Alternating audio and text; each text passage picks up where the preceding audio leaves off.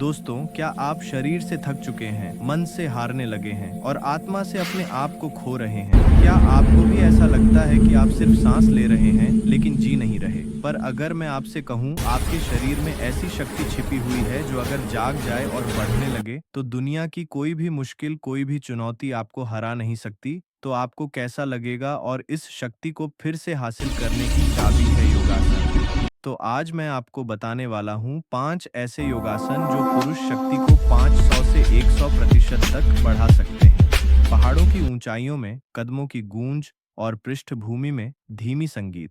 यह कहानियों के टुकड़े नहीं, बल्कि वही सच है जहाँ प्राचीन आर्ष मुनियों ने अपने शरीर को मनुष्य से देवतुल्य बनाया।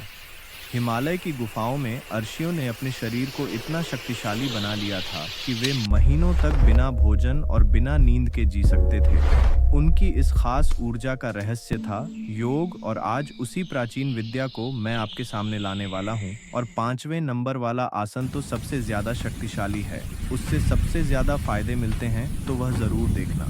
पहला योगासन, भुजंगासन। जब आप जमीन पर लेटकर ऐसे कोबरा की तरह उठते हैं, तो आपके शरीर में सोई हुई ऊर्जा रीढ़ की हड्डी से जागने लगती है। साथ ही भुजंगासन से आपका टेस्टोस्टेरोन फिर से बढ़ता है, थकान गायब होती है और शुक्र धातु में मजबूती आती है।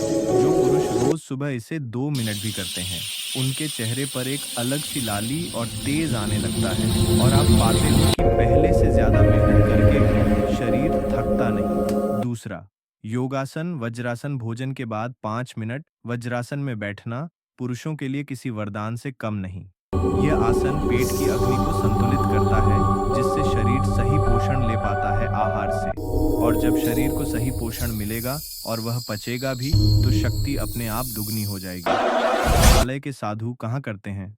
जो वज्रासन में बैठना सीख गया, उसका शरीर वज्र यानी डायमंड की तरह मजबूत होने में देर नहीं लगती। तीसरा योगासन, सर्वांगासन। इस आसन को सब रोगों की दवा भी कहा जाता है।